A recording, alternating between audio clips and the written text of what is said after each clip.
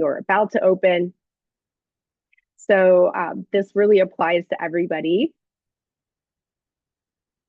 And I also want you to be able to build strategic partnerships outside of the clinics. And so I'll touch on that briefly because it's really exciting to have been talking to pet boarding facilities, grooming facilities, daycare, and they want to participate in supporting their customers as well.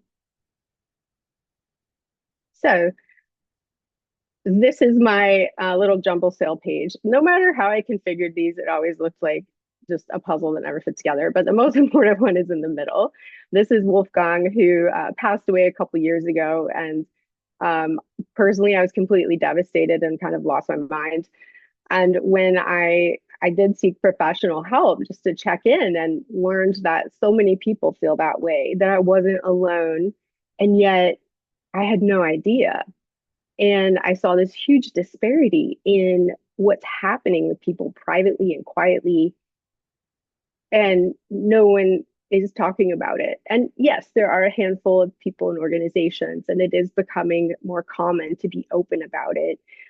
Kevin Costner opened up at the VMX conference last week. Jon Stewart has been very vocal about his dog that passed away a couple months ago. So more and more people, celebrities, are coming out of the woodwork saying, "Hey, this is the hardest thing I've been through," or "This is one of the hardest things I've been through." And just the day before yesterday, Kelly Ripa couldn't keep it together on air because they put their dog down the night before. And I always advocate people take a day off at least. So I know the nation's heart went out to her, and I sent her a gift package. I don't know if it'll get to her. I don't know if they ever do, but just Martha Stewart lost her cat to a tragic accident, and she did write me back because she has the best manners, and thanked me for sending her a gift. But these are some of the qualifiers that I've been able to partner with just in the past couple of years. Wolfgang passed away in 2021.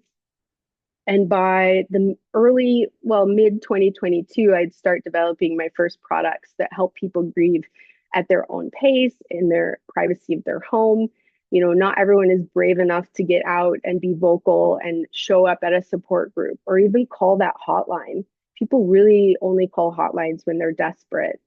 I've never called one, maybe you haven't, but I just wanted to give that perspective that there isn't a one size fits all solution. So I travel around the world and really listen to what pet parents need and want, and then try to fill that, but also talk to everyone in the pet ecosystem to find out what they want to do and how it affects them and their staff. So it's been an amazing journey this far. And like I said, I'm really only in my third year of having products and services. And yet I've seen that, pet loss really transpires any species and any culture and any language.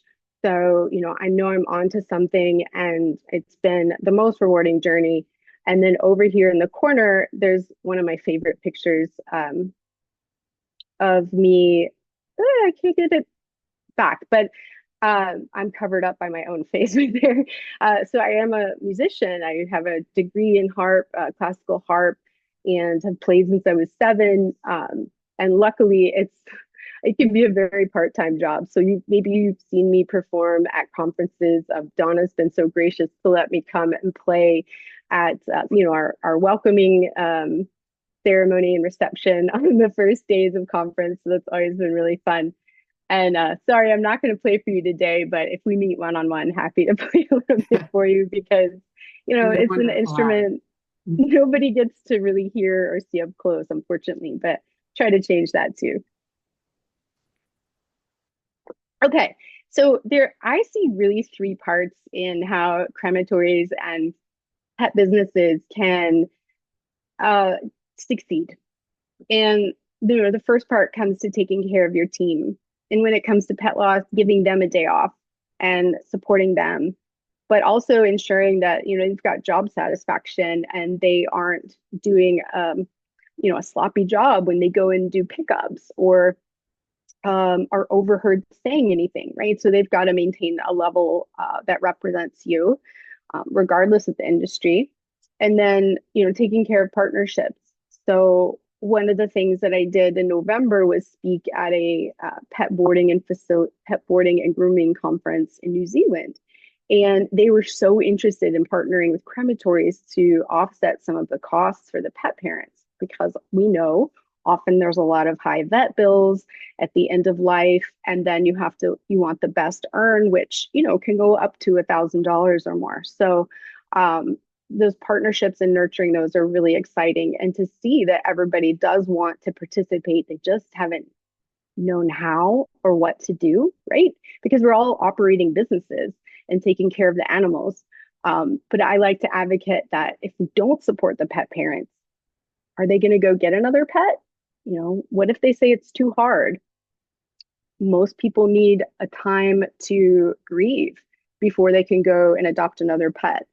So when we address that and we close that gap and support them, not only are they likely to go get another pet, but they're likely to do it sooner. And I just think that's such a profound thing to share and to know.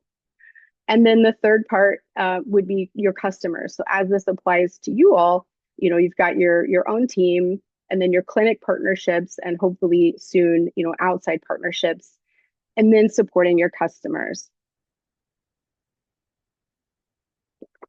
So speaking of partnership, if you're not aware of this organization, I made it as big as possible to make a statement that Not One More Vet is about the high suicide rate and extreme stress and burnout. I'm not using the word epidemic. I've learned that that's what they're calling it. And if anything you take out of today, it's understanding the sensitivity in which you need to be having conversations with your clinics and your partners. And if you're new and you're new to this industry, and maybe you come from a different background, having this awareness will help you break down those barriers, establish relationships with clinics, because they're going to feel understood. And it also helps you understand what time to go if you're going to do drop-ins. Around lunchtime is, I think, great. And if you can take the staff or the doctors or the practice managers out of the clinic for lunch, not only have you got their undivided attention, but you're giving them that much needed break. There's videos of veterinary staff sitting on the floor, eating a power bar because they want to help so many animals and really they've devoted their whole life to this very stressful, long hour job. Many of them have student loan debts that are astronomical. And so, all of this compiles into their stress. And beyond that, if you can imagine being trained to kill animals for a living and what that's like mentally and emotionally for them and the staff, then going to your next appointment, maybe you're a little bit late because you needed to regroup. And then that family member is upset because they've been waiting and they have a new puppy. And so there's this disparity and kind of jerking around emotionally through their everyday. So anyway, maybe that's already familiar to you, but this website has a lot of information, and I'm happy to share with you more information on that. Or, I always say do your homework and really get to know the clinics and how many hours they're working. I took my cat in last night and I asked the receptionist, it's 6:30. How long have you been here? And she's like, it's a 12-hour day. And she said, but I have tomorrow off. And, her voice was a little raspy. And, my heart goes out to them. They work really, really hard. Everyone in those offices works really, really hard. And when I did see the veterinarian, it is actually the first time I've been back to that clinic since living in Germany. And it was a new doctor, and we got along, got to know each other. And of course, I bring some materials and say, I'd really love to support you. And found out they do around 12 euthanasias a week at that practice. So that gives me a sense that on a daily basis, they are having these, extreme encounters, right, with new life and death. So I am reiterating this and really stressing it because it is the most important thing to understand. And so she is happy to add some of my brochures and was like really surprised to know that I offer a daily support group at 9 a.m. Pacific and, to be continued. But that's how, I approach it. And maybe you have to, reach out to a new clinic in your city. And if you have a pet, going to visit them is the best way to get in front of the people that make decisions. And, just taking a little bit of time to say, by the way, I just opened this facility and love to talk to you more and invite you out. And just kind of leave it at that. And then you do your follow-ups, right? So you're getting to know them. It's not just coming in, barging through the door with a sales pitch, and dropping off your return package and be like, work with us. Um, so I'm glad that I made that clear and we can totally open up, more questions about that. But also, I want to address it's really important for you to know who your competition is in your location. Especially if you're new and opening up, how are you going to be different? How are you going to distinguish yourself for years, as this industry grows? And then beyond that, right? So maybe there are some clinics that are already working with crematories in your area, and you want those clinics. So knowing, having your homework and doing a little bit of investigative work, and touring and meeting those crematory owners. Everyone can offer different services, but as what I bring to the table is, supporting your customers and supporting the clinic with tools that they need really establishes and forges a relationship that's a bond that's hard to break, right? Because it's above and beyond what's expected. Of course, you're going to take care of the animals, at a high level of care because you're part of this organization. But going above and beyond is really going to not only establish those relationships, but solidify them. So that brings me to my next point. Who is your veterinarian? What do they need? Going and having these conversations of, how can we support and complement your services? And maybe that practice already has, children's coloring books. So for you to come in and say, well, we also have children's coloring books, they're like, that's great. But if you could complement the services that they offer, if they already offer grief support, for example, um, then you have some common ground and somewhere to work on. And then lastly, again, I touched on this a little bit. What's the best time to go into that clinic? What's the best time to talk to the practice manager? I really strongly advocate, going above and beyond and yeah, investing and taking them to lunch. It's not a huge expense, but they really appreciate it. And showing that appreciation and acknowledgement is also really, really important. So your bottom line, right? How much you're spending, what what are the returns you want to get, the investment that you're putting in. Google ads. I have some clients that are spending more on Google ads this year and also last year, but their business is maintaining. It's kind of not growing. So you have to look at, okay, what are some variables that we can incorporate to have, more business? Everyone wants to grow.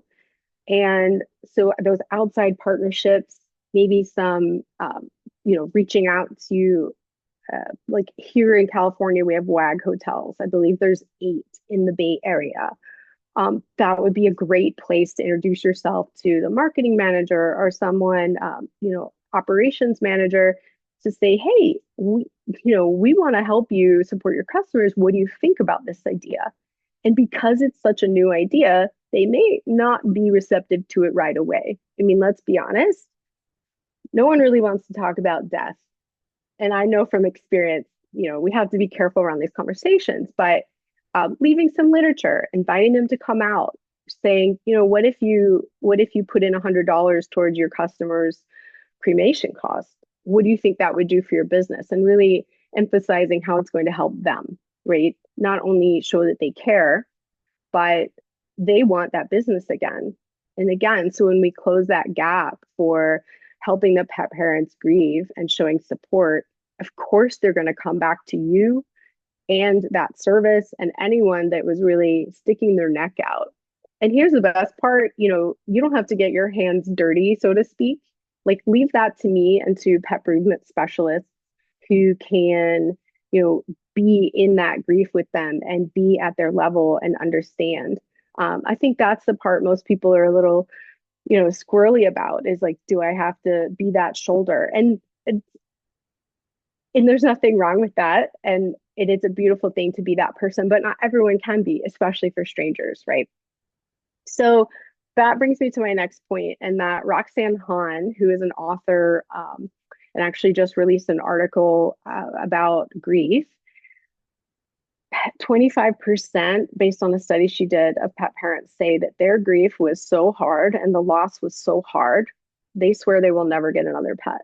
And it could be a decade before they soften and think about it. But some of my clients have been that person. And when I share with them, hey, would you be open to looking at that? And can I help you with that? Are you open to working on that?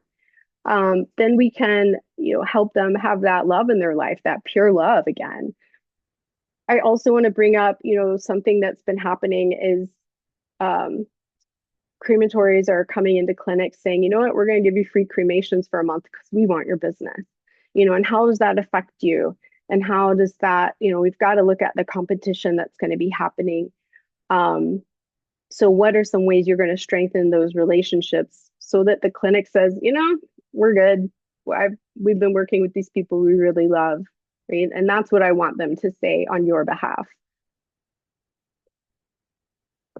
This year alone, the crematory industry is going to grow 10%. That's a huge amount, right? When there's around 1,000 crematories in America, and it's only going to continue. So again, I really want to stress the importance of establishing these relationships. And also, some really novel hospital crematories have opened up where the pet arrives, is euthanized, and then there's a witness cremation. I have a client in Seattle and also in LA that just opened these, and they say they're doing death differently. And I think that that's going to become a trend in the next decade. So that's something that is going to be, another way to take business away from you, but that's okay. You still have these referrals from the outside partnerships of boarding and grooming facilities, for example.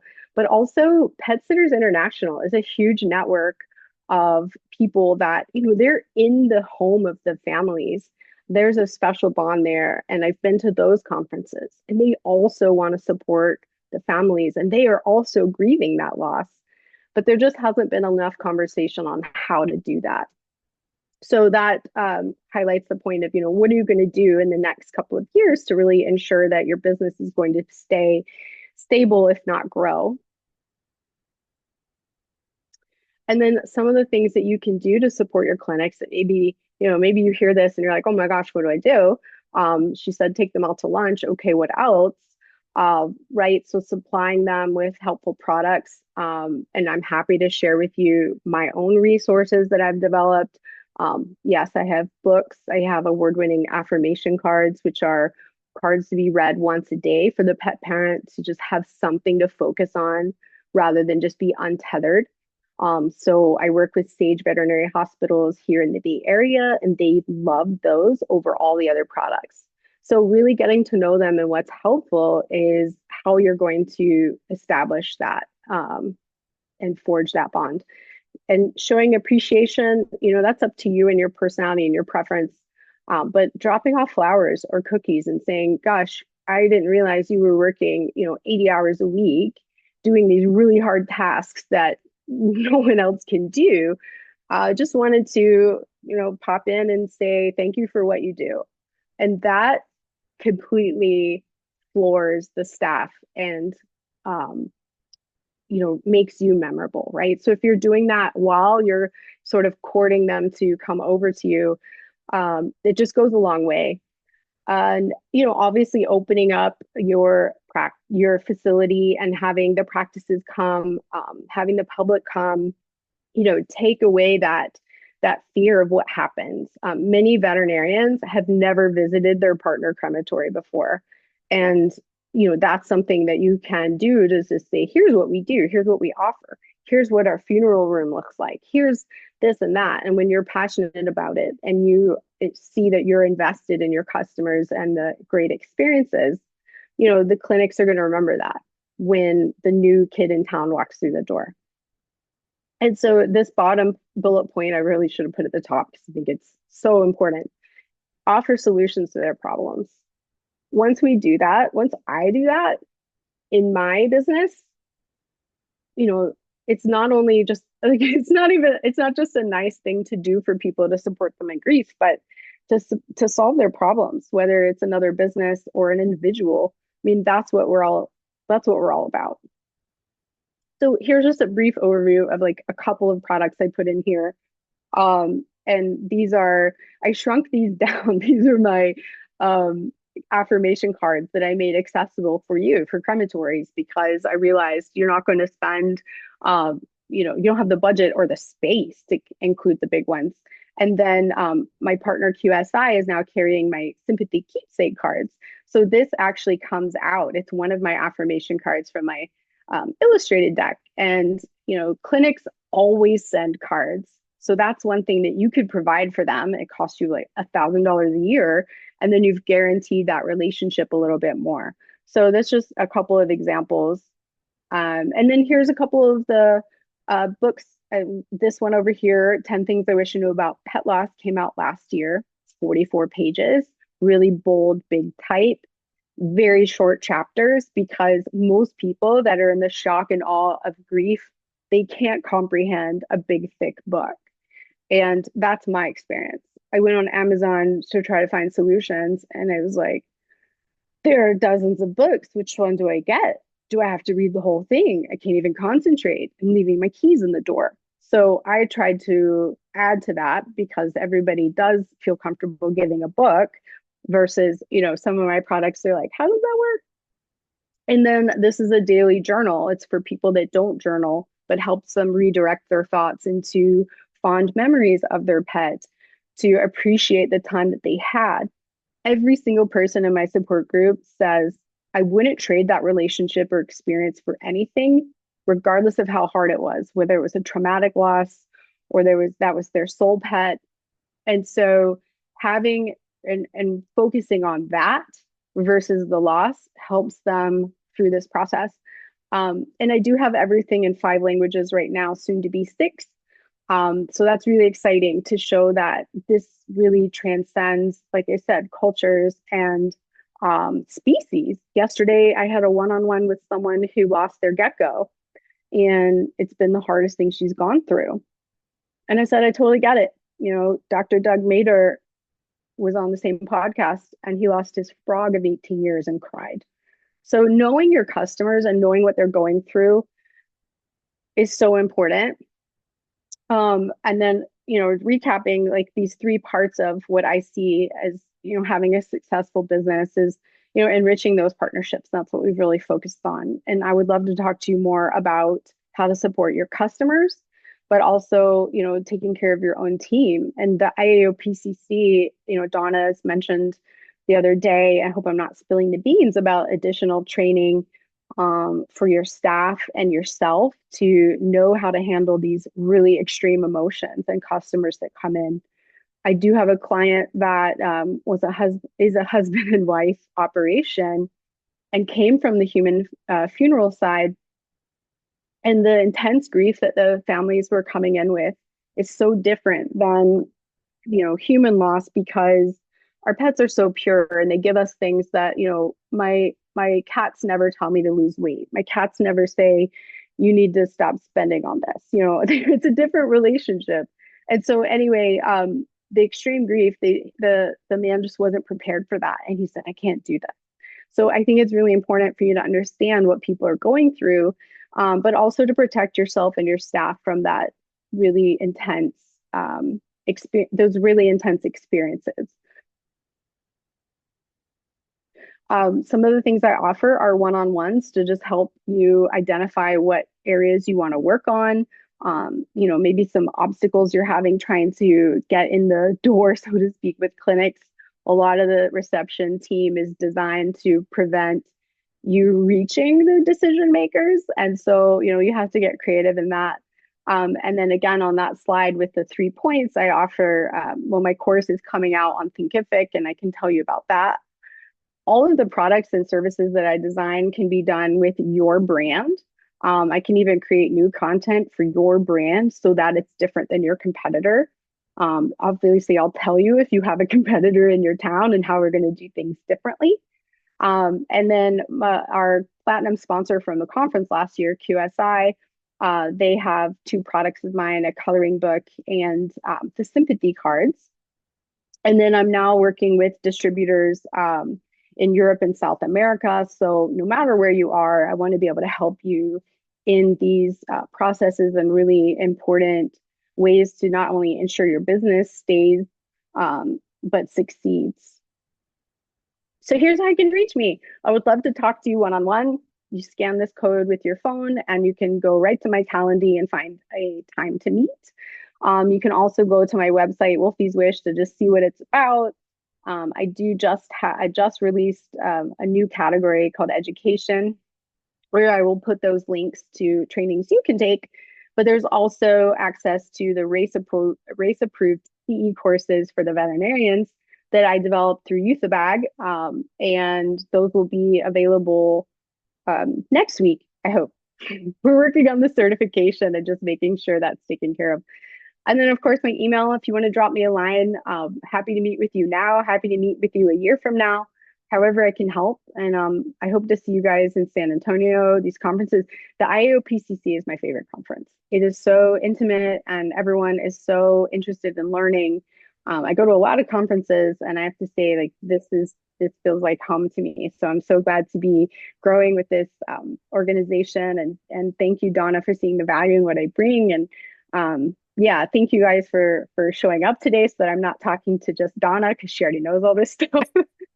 And, Yeah, yeah, I love to hear that we're your favorite conference. That's the you best. are. You are. I did turn on the chat feature and the Q&A feature. If we have any questions for Erica, I have one that we could go ahead and start with. Um, I know you had mentioned, you were just mentioning about the vet race accredited that you're working on. Is that something that members could actually share with their veterinarians, that this is a class that their vet techs could take since it's race accredited? Can you expand on that and what that is? And that might be Sure. some of interest to members. That's a great value add. Yes, it is. So yes, the answer is yes. When you're a client of mine and you're using my products and services, I extend that information for free for your clinics.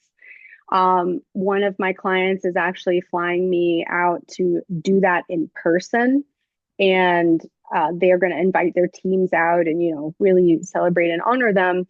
So there's a lot of ways that we can offer that for veterinarians that don't know me and just hear about it and want to take the course. It's $49 a course, which is totally affordable. And I'm actually working with the CVMA right now to develop more because everyone wants to address the mental health side of the veterinarians and their own grief, right? When they've Right. been around these pets for decades, well, Mhm. a decade of, you know what I mean? Our long-term friends of 19 years, and they have to put that animal down. I mean, of course, they're going to be affected by that. Or when they lose their own pets, I know this Chewy health doctor that had to go into work that day when she found out she had to put her dog down. I can't even imagine the strength that it takes to go through that. Right, right. I think, and especially when you're there in the clinic every day, and you're going to put your pet down, and you're going to see your pet possibly in the freezer every time that you open it, and knowing whether they're coming in or out. That's one thing I think is important to if there is a vet tech within the clinic, and that happens, is that you really take care in knowing that that's actually a pet family member of someone within the clinic, and we treat all pets with care, obviously, but knowing that there's someone within the clinic that has their baby there. Sometimes you need to be aware so that you can extend even additional care in the process. So Can I I'm chime in looking. on that? Yeah. Can I Do chime in on we, that real quick? I'm just trying to see if we have any questions here. I'm hoping that I have this turned on correctly. Let me just make I sure. can check. Yeah. So I can add to the chat. You guys, there's a chat feature at the bottom, or you can just click the reactions and I guess raise your hands. That's also an option. Yeah. But I'm going to drop a hi in there. Just Okay, yeah. perfect. Yeah. Yeah, Okay, there we go. Damon might have a question. But I wanted to say something really quick, and that, those doctors that have to euthanize their own pets, they don't put them in trash bags. They don't put them in contractors' bags. And, I know that's been the standard for a long time, but there are other solutions for that. Um, and that's all I wanted to say there. Yeah, yeah. No, yeah, because they see it differently. Yeah. No, that's a very good point. As far as your pet loss support group, is there anything you can add additional to that? I know that we were talking briefly, about some things that are, you're working on and maybe upcoming that might be a great benefit that people would reach out and want to find out more about. Yes. Yes. So my partner is Pet Cloud, and Kevin Ring staff and I actually wrote Mr. Midge and the Rainbow Bridge together, which if you were at the last conference, you got in your backpack. And QSI is producing that for us and distributing it. So he and I have been exploring ways to really expand the offerings of regular support groups. Some people need daily check-ins. And so we started doing that. And what we're working on is being able to provide access to you all as members, where we're negotiating some things, and I would love your feedback, where we can give a link that gives your customers access to these groups for a week to see if it's a good fit for them. A small percentage are going to join. Some people need more time. So Right. we're working with what the problem is and what the solutions are. And that even includes adding more groups. We're going to add a Wednesday night group that I host. And, eventually we're going to bring on more pet bereavement specialists and really grow this, and hopefully have them in other languages.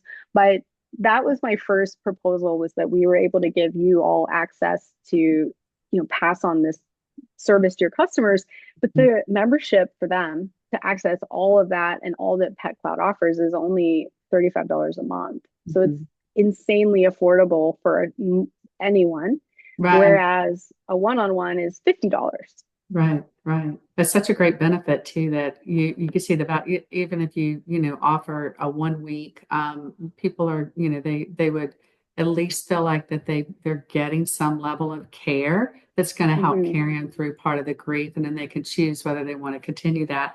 But what a great benefit for members. So definitely watch for more information about that coming up. I know, and reach out to Erica because I know she would love to talk with you more about it.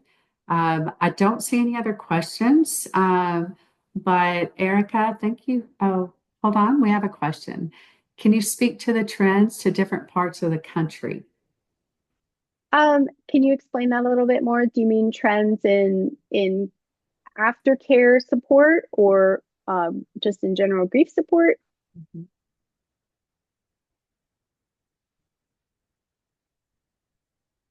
I don't know if Damon is able to unmute, but it might be easier than typing.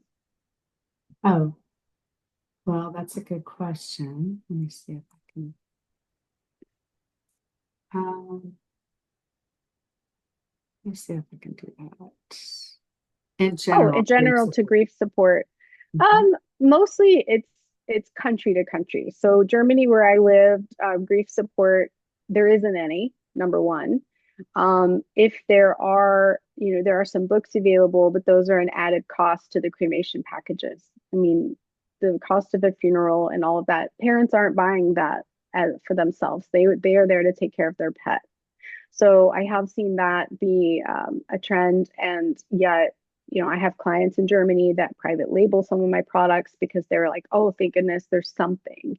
Um, in America, I have to think on that. I mean, I would say no, that I think it's so individual, and the grief journey for any person is so different. And I have people that are, we have the different learners, right? We have kinesthetic learners, we have visual learners. And so me getting to know them and being able to provide them something helpful to them it really comes down to that. And no, I can't talk to everyone. Mhm. And that's why the practices choose what they like. Um, but just for you to just share with your customers that, hey, there's support options that maybe you didn't know about or you're not even ready to look for. Let us do Mhm. that homework for you. We work with Pet Cloud and we work with Wolfie's Wish and you know, most local SPCAs, or they're trying to have in-person support groups, for example. Mhm. So, you know, looking at what resources are available and passing that on, that leaves the customer to decide, but also providing them with a Mhm. pamphlet, you know, and come to my use the QR to come to the Wolfie's Wish Facebook support group, which is free for anybody. Mhm. Um, you know, or providing, hey, do you have kids? You know, you have a coloring book. You know, I have a big client that's a member that is bringing on the Mr. Midge book, Which is you know, but phenomenal. I oh, thank absolutely, you. it's the best that I've seen. It's really wonderful. Leading Thank into, you. Marshall has a question. Erica, would you consider a bulk discount on your book if a crematory wishes to provide a copy to their clients? Totally. Thank you for asking that. I sorry I missed that. Everything I offer in bulk is under $5. I mean, and that's if you want to provide multiple things. I am aware that this is an investment in your customers. It's not an immediate financial return. It is ensuring that you have a bond with them and that they choose you next time. Mhm. I totally get that. And so spending it, you know, part of your budget is, I tend to be the last thing people buy. And I get it. I get why. But my hope in the educating you and the industry on why it's important to support the pet parents will change that. And yes, off the top, I have a catalog that shows bulk pricing. Most of you start out with like 50 units or 100 units because you want you want the validation and feedback that it's valuable. I'll tell you it is, but you know, you have to test it. I get that. So we start, you know, there, and then if you want 20,000 units, you know, we get down to like $1.20. It's, Yeah. or you know, somewhere around there, and I'll work with you, right? And I'm also looking for printing in France, printing in Germany, printing in South America, you know, licensing my books. I love the affirmation cards. I mean, that's the first thing I developed, but you know, looking at ways to make it accessible to you. In New Zealand, I have a client that is just licensing the books at 20 cents a copy, and she does all the printing there. So yeah, there's tons of solutions. Wow. And if you tell me, Yeah, a yeah, lot of options and good, yeah, really, really great ideas. That's awesome. Yeah. yeah, so So, just reach out to me. I would love to, you know, find out what products you value, you know, provide those solutions for you, make it mhm. easy for you. Well, I think at this time, Marshall said thank you. Uh, Awesome. if we don't have any other questions, I'd like to just thank everyone again, for being on today. I'd like to thank Erica. Thank you so much. Wonderful presentation, a lot of great Thank information you. and ideas. Even thinking outside of the box, things that are available, things that you can do, that, you know, are not your typical. So I love the idea about, you know, seeing the local groomers and sitters association and all of that, you know, those are, and offering, you know, giving them the idea to offer, you know, memorial products that, you know, can add value to their relationship with their client, and of course to you as a crematory. So really, really great. Oh, it's great to see you too, Marshall. But thank you so much, Erica. I really appreciate you being here. And again, everyone, our next webinar will be in April. It will be a panel discussion on aquamation. So whether you own an aquamator or you're looking, or you just want to know more about aquamation, excited about that. I think it'll be a really great time of Q&A and discussion. And I'd like to just throw in about our the best conference ever, even according to Erica. Um, our IAPC conference is in San Antonio this year. Really excited about it. We have two facility tours already planned, one to a flame-based crematory and one to an aquamation facility. So that's very exciting, and we have a wonderful agenda planned. So if you're not a member of the IAPC, we encourage you to check us out. Give us a call here at the home office. I'd be glad to talk to you about all the many benefits. And we're very give one-on-one personal service and want to take care of every single member, and just look forward to getting to know all of you. And thank you again, everyone. I hope you have a great rest of the month. And again, thank you, Erica, so much.